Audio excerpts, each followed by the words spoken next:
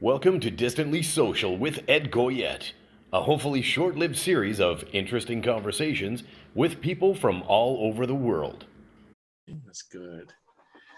My guest today, and I'm really excited to have her on, she is a filmmaker, a sociologist, and an author. She's going to talk to us today about her new film that's coming out that she's working on called The Power of Connection. Welcome, my good friend Isabel Hundt. How you doing, Isabel? Thank you so much for having me, Ed. I am Oh, doing great. It's kind of cold out, which is very unusual, but it's where are been you? great. Where are you coming from today? Midwest, Indianapolis, Indiana. So the normal weather would be in the 60s. We have a high of 48. Well, welcome from the great state of New Hampshire. So you're working on this film, and that's how we kind of got to know each other. I saw some of your posts, and it really intrigued me, the power of connection, and especially with everything we're going through this time. Just run us through tell me about the film. It was a crazy idea because even though I now can call myself filmmaker, I have not had any experience in filmmaking. I never even touched a camera.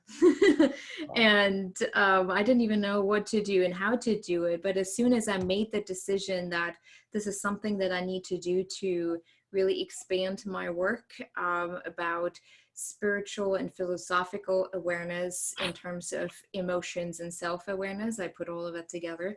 My husband made that suggestions like, well, why don't you work on a short documentary? And I said, oh yeah, no, that's not for me. He's like, it's probably not as hard as you think it is. You can keep it pretty simple.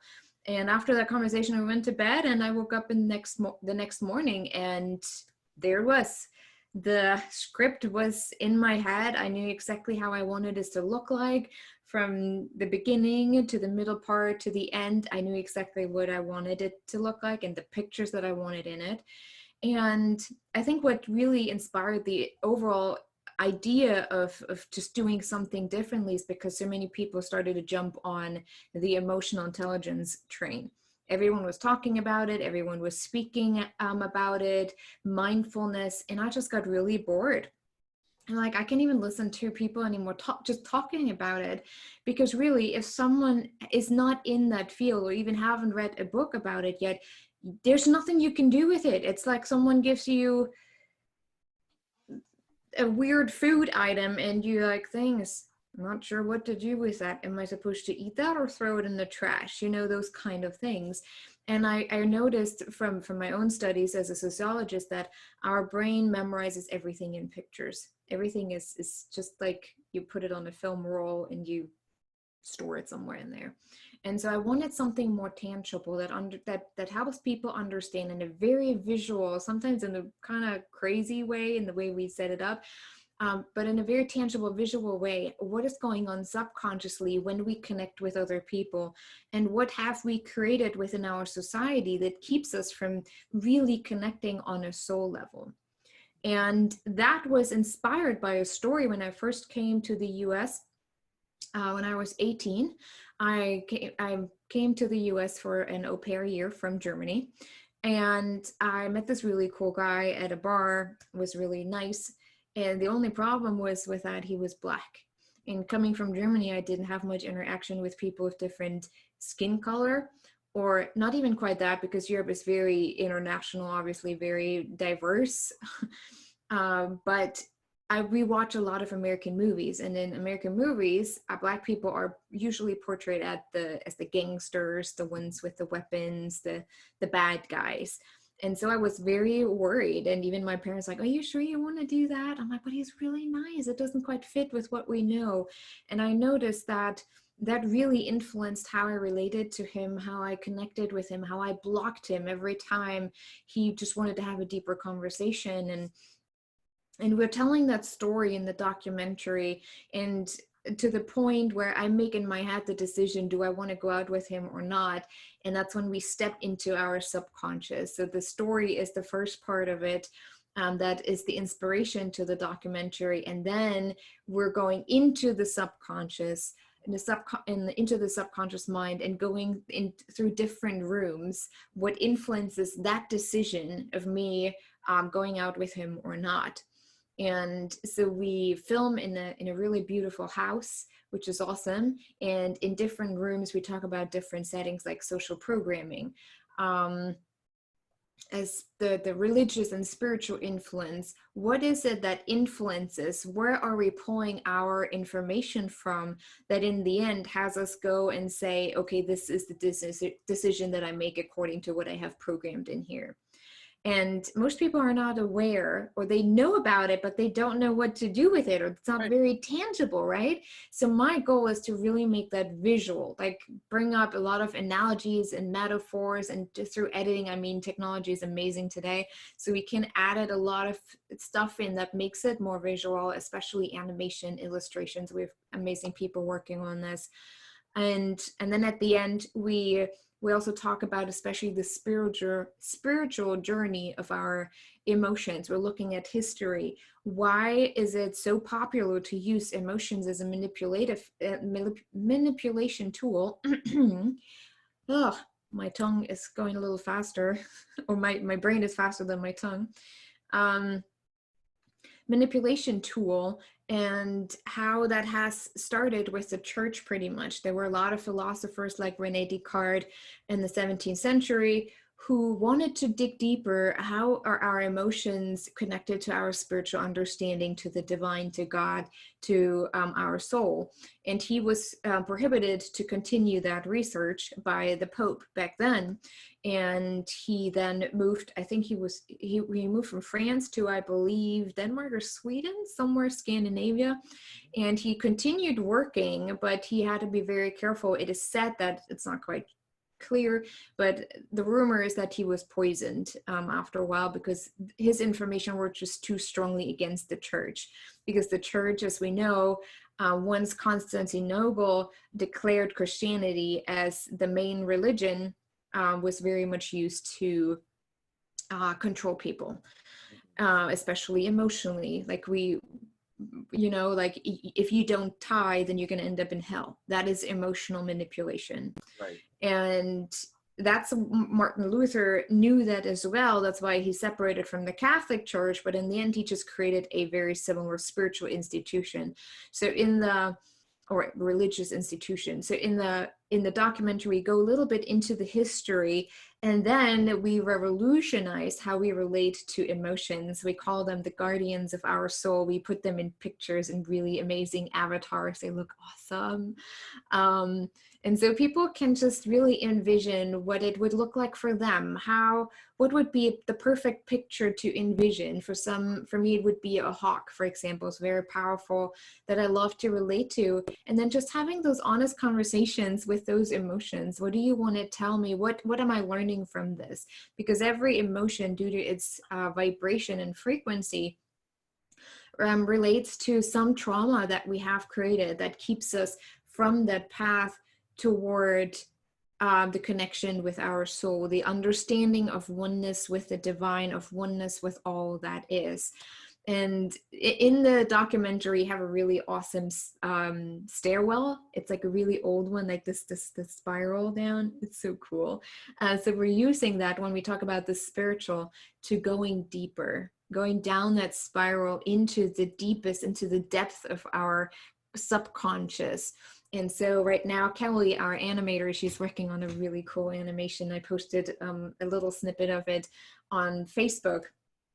And then we kind of wrap it up as why emotional self-awareness from that spiritual philosophical understanding is so important for our society, and how we can overcome those cultural barriers as well as those social barriers by really being honest with ourselves, partially like really brutally honest, and really wanting to move beyond that, so that we can become one, that we can understand that even if we have a different understanding or different opinion, doesn't mean that we cannot be connected, that we cannot have those conversations, that we do not have to continuously polarize in the extreme directions to survive.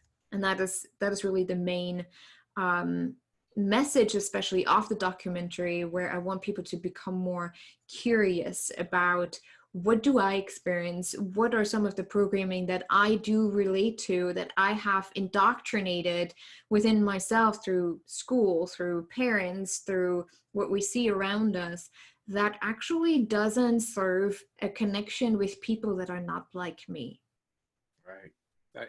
You've just taken so many huge topics and combine them and boil them down in such a great way. I have to pause for a second because I just love the metaphor, the metaphor of the house. Mhm. And I think that's just I remember seeing a post quite a while ago where you said we're looking for a house.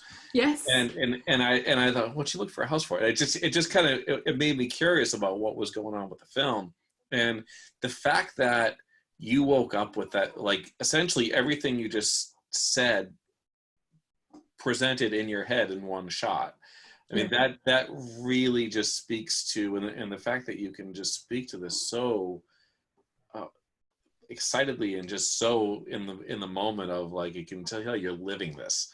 I And am. yeah, It is. you're so lit up with this. And like I said, you just took so many key fundamental things in life that we don't even think about No. in society. And I think this has been a lot of our downfall, is that at some point along the line, or maybe we never did, take that time to go deep within ourselves and really find out what drives our actions, what drives our emotions, what drives the way we experience each other in the world.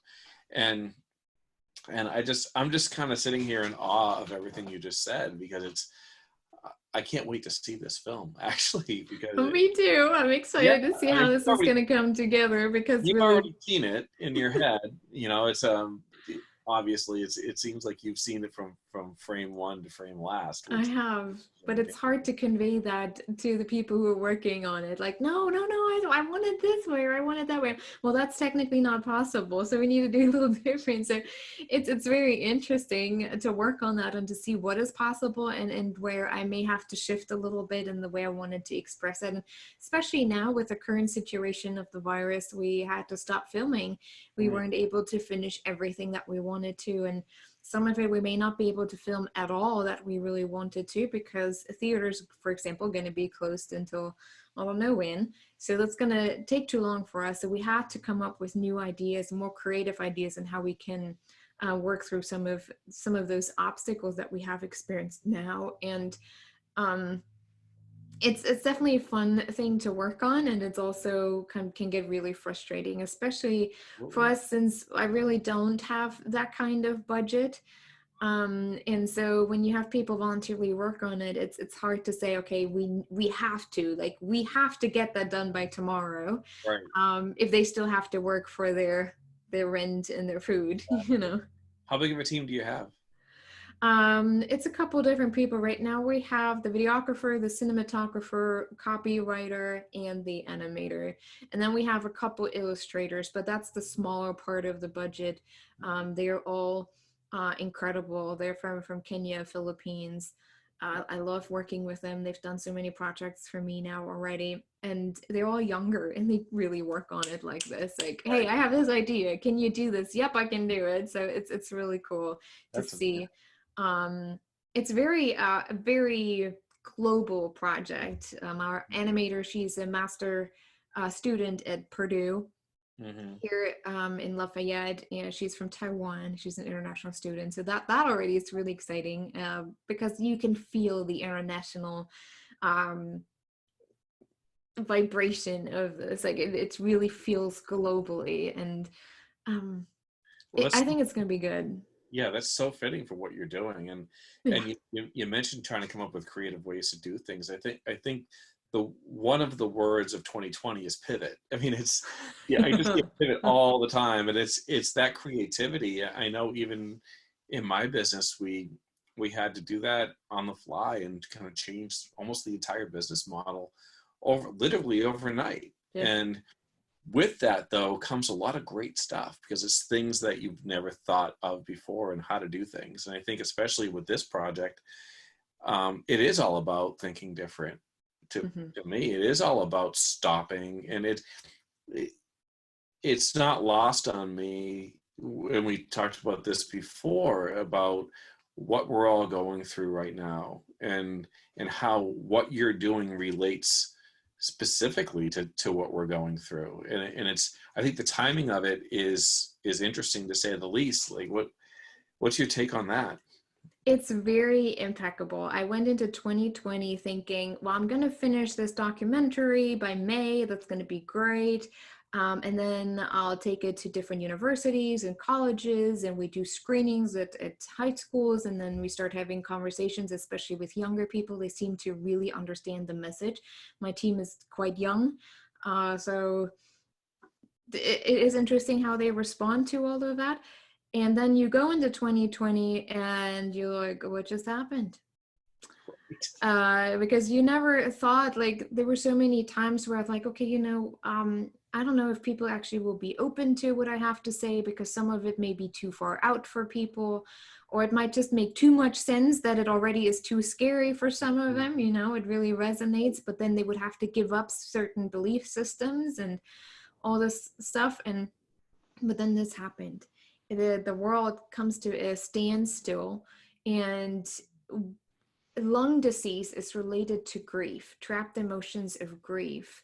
And pretty much Mother Earth is grieving the way we have treated the environment, how we are continuously destroying everything for a feeling of superiority. We are here to be superior to nature. We can do whatever we want. Eventually, nature will be like, you thought so?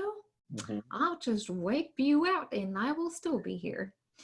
But through all this, I noticed how impeccable the documentary is at that point, how everything just really fits into the narrative, how divinely guided this whole thing is. Because, well, for one, who knew that I would get an entire team together in 2 weeks and for nothing spent? And we really were able to find the house. Once I just let it go and surrender to it, within 2 hours I had the house. And I'm like, wow, perfect. Right. So everything has happened so far in that way. I apologize. In that way. So it's just really fascinating. And then we see, we're looking at grief. We're talking about what are some of the things that we have to let go of, some of the things that we are so attached to, even life itself, that we fall into such a fear behavior. And most of us don't even feel it or see it, that a lot of the responses are very fear-based, when they believe it's just being sympathetic, just being in this together, when if you really were to take a step back, it's all very fear-based. If you don't do what you're supposed to do, then I am in danger of getting sick, in danger of dying, because we're so attached to everything material. And even the Bible talks about it. Don't be of this world, be in it, meaning don't be attached to the things of this world. All of this can just be gone within seconds. What matters is your spiritual understanding of how you are one with the divine power, with God, with the universe, that we have never been separated. And that's what the journey that we're on. And I think this virus brought us to a point where we have to reevaluate what is possible for us. So many people start their gardens now. A lot of people I saw online that said, we're just gonna have a garden in our front yard. I wish we could do that. I really want to. But we are HOA. But there's just a lot of shifting happening in how people, actually, I don't need all the food that I always buy. I just need some fruits and vegetables. And, it's just really fascinating to see how a lot of that shifting is happening. But again, at the same time, not enough, because we still see that polarizing conversations, the extremes, to dictating to other people what they're supposed to do so that we all survive, even some of it don't even make sense. Or the other extreme, I just don't care if I put anyone in danger, whatever. Like, it's like that there's never really a middle that people seem to find. It's always very polarizing. And I think that's something that the documentary is talking about as well, or speaking on. Well, we're in a time of shaking foundations right now. So like that's the thing that when you were just talking about that, I'm thinking, okay, all of the foundations of society are being shaken, and you're shaking the foundations of so many different ingrained thought processes and just ways of being that we always are, and Yeah. those are kind of happening at the same time. And I think you're right, we do exist in a lot of fear. The thing that I am seeing though is for the first time I am seeing people who, and I really dislike the term like waking up, because Mhm. feel like it's so overused. Like everybody on all sides says wake up to something, right? Yeah. But I do see not waking up, but an awakening of, oh, hold it, this is what I'm being manipulated into from fear. Like if you just Yes. look at the news outlets, they're they're kind of being stripped bare, and the message underneath it all is being has a bright light shown on it right now. And Yeah. people that I see who used to just repost from CNN and repost from whatever news media they were saying, I'm seeing a shift in how they're talking, and I think it's a wonderful, wonderful thing. And my hope through works like yours and Mm. the emergence of, like, hey, we can grow our own food, we can connect. And I think this distance that we've had to keep, this isolation, has really made it made it very obvious how much we do have to connect with each other just to be happy and just to live. Right. I mean, I can't even imagine. I'm not even single. I'm not alone at home. I still have my son and my husband. I cannot even imagine what people go through who are Oh, alone at home this entire time. I think right. I would go sheer crazy at some point. Um, and I think where I really want people to take a look at is if you if you feel very strongly about either direction, you know you're operating from a system of bias and prejudice. And a good example is like with the president. I mean, that's the most controversial topic, anyways. Right. Right. Um, Either you like him or you don't. But I really support the message behind that, that I am not against him or for him. That doesn't mean that I can't be against some of the actions he is taking or even for some of the actions he's taking. There are things that I say, hey, I probably would have done that too. And there are other things I'm like, how? Why? Like, no. You know, but I that think you're doesn't mean driving that I both have to, everybody. but there, it doesn't mean that I have to be against him as a person. I can see him as a person from a compassionate perspective, yet I can call him out on some of the actions that are taken that just don't really seem to be aligned with the environment or with a alignment from a perspective of love, with the unconditional love of divine force. um but most people, no matter what he would do, he could literally tell you, I love you. They would hear, I hate you. Mhm. And that's just a bias. That's just a way of how we listen, how we cannot take a step back. And just because we don't like that person, it doesn't mean that everything they ever say is horrible and bad. I don't think there is one person who is completely evil. And I don't even like to put people into category of good versus bad, because I don't believe there are bad people, but there are people that make bad decisions, and most of that is based on trauma.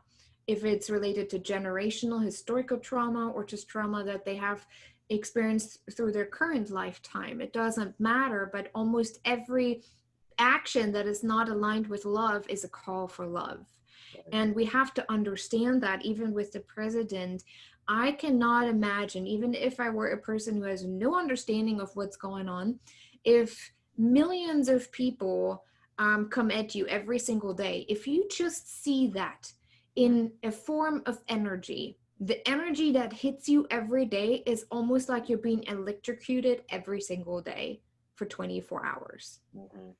And that is hard to stomach, and that's something that we have to still be be aware of that even if someone doesn't act according to our values and morals, doesn't automatically make them bad, because at their core, they are as divine as you are. What has happened through their lifetime, so that ego is pretty much covering up the entire connection to soul, is a different story. But if we don't learn to approach things with more compassion, we will always create the extremes, and you never reach hands if you're on the extreme of either side. You never come together.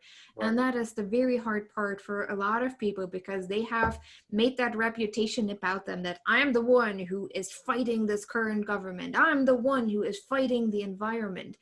We hold on to those causes. We don't really want to solve them because it becomes our purpose, our calling. What if suddenly we have not to fight for the environment anymore? If we don't have to fight for a regime change or for a government change, it's suddenly they have nothing to do anymore. There is this the calling, the purpose gone. And that is, I think we need to really shift in how we relate to what we're called to do, which is always a journey toward an understanding of oneness. When we can keep that in mind, you're not attached to any kind of calling or passion that you have, because as soon as you get attached to it, you don't want to let it go. You don't really want to find a solution, because then it's gone. What are you going to do? And your identity's gone. You get so right. wrapped up in that, and that's your identity. I mean, right. You just said something really quickly that I love, and I'm going to misquote you here because it went by so fast, but you said anything that isn't an act of love is a call for love. Yes. And I just really, really wanted to stop and repeat that, because I think it's a great insight and a great tool that we can use to understand other people, especially when they don't align with our values or the way that we would act. And I just love that you said that, because it's the type of thing we sit in judgment all the time. We are judgment machines, and we just love judging people all day, every day, 24 hours a day. But I think it's a great perspective to say, if somebody's acting in an unloving way, it isn't what's wrong with them, it's what happened to them. Yes. Yes, I love that. Way back in their past, that tumbled them forward into this moment that you're experiencing right now, where they're acting in a way that just doesn't make sense. And I think it's a perspective shift, and it's one of those things that it's really simple, but it's not easy. No, it's not. And I mean, it took me years to even get to that point. And it took me, I have a special gift where I see everything in color. And that just gives me a different perspective of the world in general, where it's like, oh, that's a pretty pink, or that's a pretty green, I don't really sometimes see the person, I just see the color. You see words in color as well? My daughter, yes, words. It's synesthesia, right? So my daughter has synesthesia, yes. Yeah. Words, letters. But in my case, I don't know if that's in general the case, because every case is a little different. The colors change according to the vibration, meaning depending in what context you use the word or the letter or the number, it changes color. Really? For me, the color changes according to the emotional state, to the frequency vibration that is something or someone in. So it's constantly changing, but it gives me an advantage, because it's like someone wearing that as their clothes. And when I get a weird feeling, I can just look at the color. I just ask the divine to show me what's the dominant color. And I pretty much know how to communicate with them in a different way that speaks to their heart, to their soul. And now, have you been disconnected your entire life? Like, is it like as a child and growing up, did you always have this innate ability to see the things that you see and experience the way that you experience? And I always thought that's normal. I thought everyone can do that. That's amazing. I remember saying to my mom that at one time I had like a little snow globe, and I said, sometimes it feels like I can watch the world in a snow globe. Wow. I see what's moving. I see how energies are moving. But back then, I grew up in a very conservative little town. Nobody thought of anything supernatural. I mean, oh yeah, that's cool, you know, and then we move on. Right. Let's just play something. Right. That kind of way. So it never really was anything for me that I considered as something different or something weird or supernatural, because I just didn't think of it that way. Just I had to leave the country. I had to step away and really break up with the system that I grew up in to understand who I am. now, did you know you were doing that at that time? No. Or at the time, did it just say, I'm going to go to the States and be an au pair for a year? I had a prophetic dream at the around of 12, 13, after the wall came down, where I saw myself speaking in front of thousands of people on a stage, but I spoke in a different language. And back then I hated English, to be honest. I'm not a language person. I didn't like it. And I was wondering what language that was, because it didn't sound British English, because that's what we learned in school. And then we had American Bible school students come to our little town for outreach. And when I heard them speak for the first time, it suddenly clicked. And I was 16 at that point, and I was like, USA, but why would I want to go there? That's so far away. I love my family. I loved my home. I wanted to stay in Germany because it's familiar. I knew what to expect growing up, right? But there was just a pull. I cannot even explain it. When I left at 19, right after I graduated high school, I turned 19 that year. I went through security, and my parents later told me, they said, the way you went through that, we knew you wouldn't come back. It Wow. just, they always trusted me. They never said no to any of that. Even when I almost got deported or there were some struggles going on, they always had this weird trust. Now looking back, I wonder, because now I have a child, I'm like, they never questioned me once, not once. Even when I got married, they didn't know my husband when I said we're getting married. They never met him before. They just thought, great, we love it. And we have been married for 10 years. Amazing. Now, have you been back? Do you go back? I have not. No, I have never not. been back. No, in the beginning, it was just the money situation. We couldn't afford going back. Right. And then I'm not actually a American citizen yet. I'm a resident, legal resident, in case someone is wondering. And so, and then politicals, there was always something that didn't work. We had some health issues a year that, or 2 years, where we wanted to go. And then Jonah came along, and real fast, you're up at 10, 11 years and you didn't even notice it. We wanted to go this October. Now guess. We probably will not be able to go because my dad is getting married again, and we wanted to go in October. And so far it says that most likely Europe will continue to ban tourism until at least September. So it's like, come on, we really had it down. We Wow. had the finances to do it. Nothing was in the way. So. It seems like that kind of runs with your entire life, though. It's kind of like you're on this path, and things are just pushing you or moving you forward in a certain direction. That's true. And it takes a lot of trust in the journey itself. And I think that is something that really brought even the documentary to life. The way of how I had to trust to have things come together. I mean, who knew that we would be able to create such a fabulous trailer? I never even dreamed of it, and KJ really did an amazing job. Yeah. And I can't wait what he's going to do with the documentary itself. And I never even envisioned this for myself. And even my mom is like, I never thought that he would ever do anything like that. He's like, well, who knows? Maybe become famous. Like, I don't think I want to become famous, because you get stuck in another system real fast. But it's just fascinating to me how timely everything is coming together.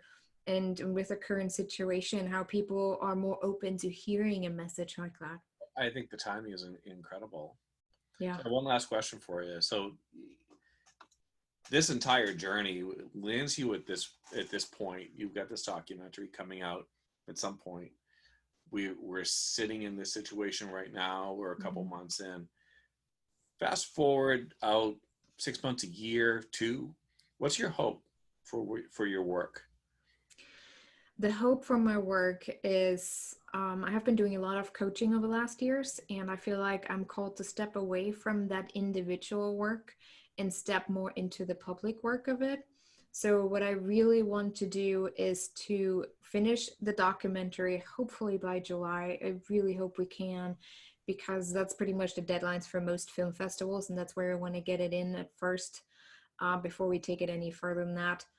Um, but my biggest goal is to really take that conversation itself to different universities, colleges, high schools, like I mentioned before, and start a conversation. It's just starting a deeper conversation, a more honest conversation about where we're at as humanity, as how we relate to each other. How can we overcome some of those cultural barriers that we have created that just really serve a systematic division to keep those in power that are in power and make them even more powerful. There's just a lot of power hunger present that is driven by greed and ego. Not that ego is anything bad, it's pretty much neutral, it's just the way we relate to it. It's like the curtain in front of your soul. But most people just really respond to it from a greed, selfish kind of way, and that is what we have to break through to create a more sustainable society, worldwide, global society that honors the environment, that honors the world, so that we can live with it and not against it. Like, we dominate you and you pretty much have to follow us and what we want. That means we will have to give up some of our luxury items that we have been manipulated into believing that this is important, that a huge house is important, that 3-4 cars in your garage is important, that debt is okay, consumerism, that you can buy clothes every week. Those things are things that we will have to let go of, the understanding that we need things to feel better. But the more you understand what's going on inside of you, the less this becomes important. I could care less about a huge house as long as I have shelter and I can make it nice and cozy. And I don't even like having my rooms stuffed because it just clutters my mind. So don't go crazy. I'd rather sit in an empty room than have too much in it. As long as I can get around, and what I do get around with, like the car, is somewhat environmentally responsible, that is important to me. And then instead supporting projects that are more focused on humanity, more on social issues, more on environmental issues, and really contributing in that way. That is our goal for the next 2 years. And I do want to write a book with the documentary.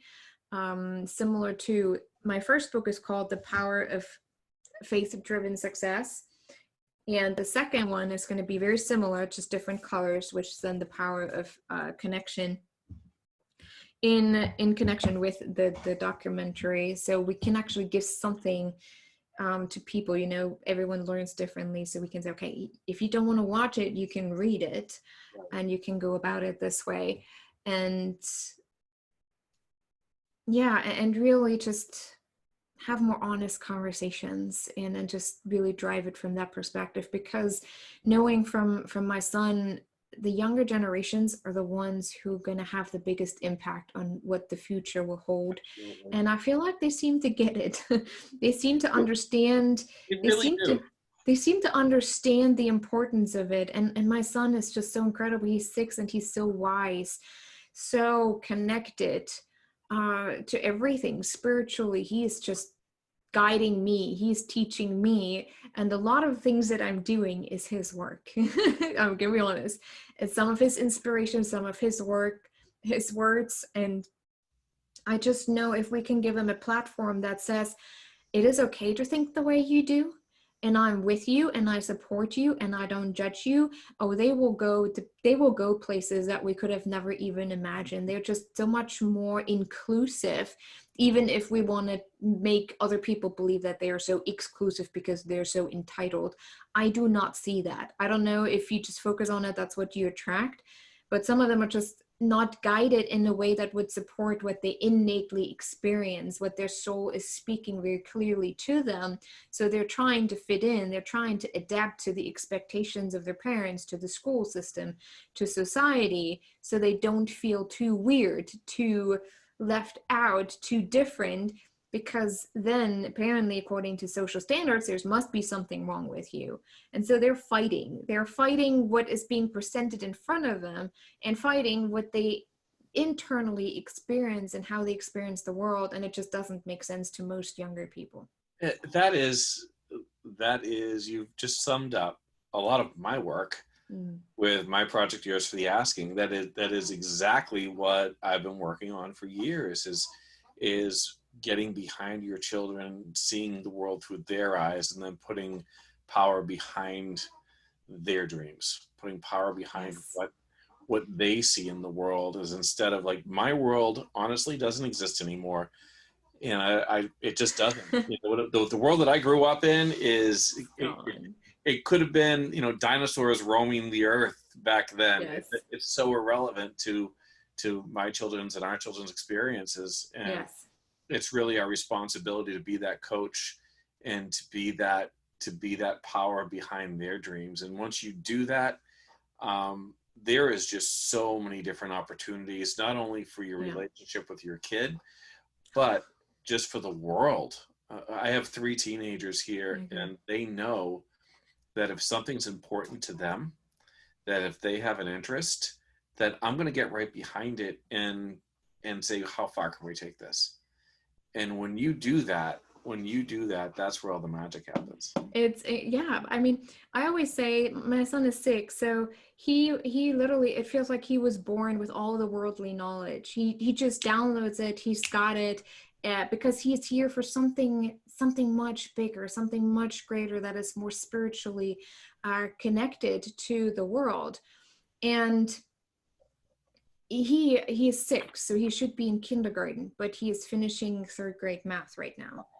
And he reads chapter books like that, 300-page chapter books. And he's just so, when you hear him talk, it's like, where is this vocabulary coming from? When he was 4 months old, his first word was tree.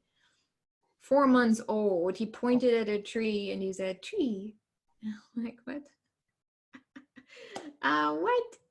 And it's just for me to guide him emotionally through this, because he also doesn't quite fit in with other children.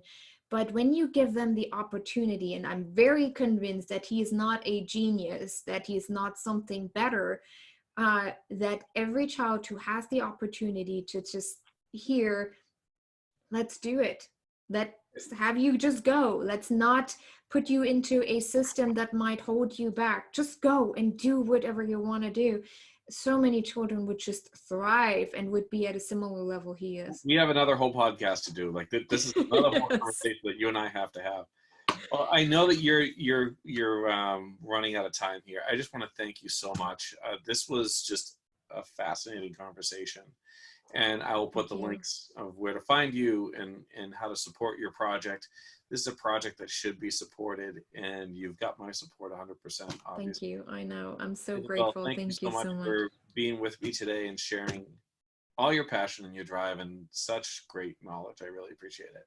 Thank you so much. This means a lot to me. That really just... Oh, I've been so overwhelmed lately in a good way from the support, the outpouring love, and the support that I have received. And it's just, oh God, I just sit here and cry in a good way. Like, I'm just so emotionally, like, when you feel so much gratitude that it just comes out of you. That's how I have been feeling the last couple of weeks so many times. So thank you so much for your support. Resonating really, really deeply, not only with me, but with so many people. And that's where all that support's coming from. And that obviously that's telling you something, that your message is very timely, and it's exactly the right time for it. But you in particular are the person to tell this story. And that is so obvious. If anybody has watched this through here and don't get that, then they missed the point. You are the person to be doing this work in this point, and at this point. And I'm just glad to be this little tiny part of it, to be honest. Thank you so much. Thank you so much. You You will will be have- in the credit roll. Thank you. And we have another whole podcast to do. I'm going to hold it. Sounds good. Yeah, I can talk forever. Thanks so much. And Thank you. good luck. Thank you so much. Thank you.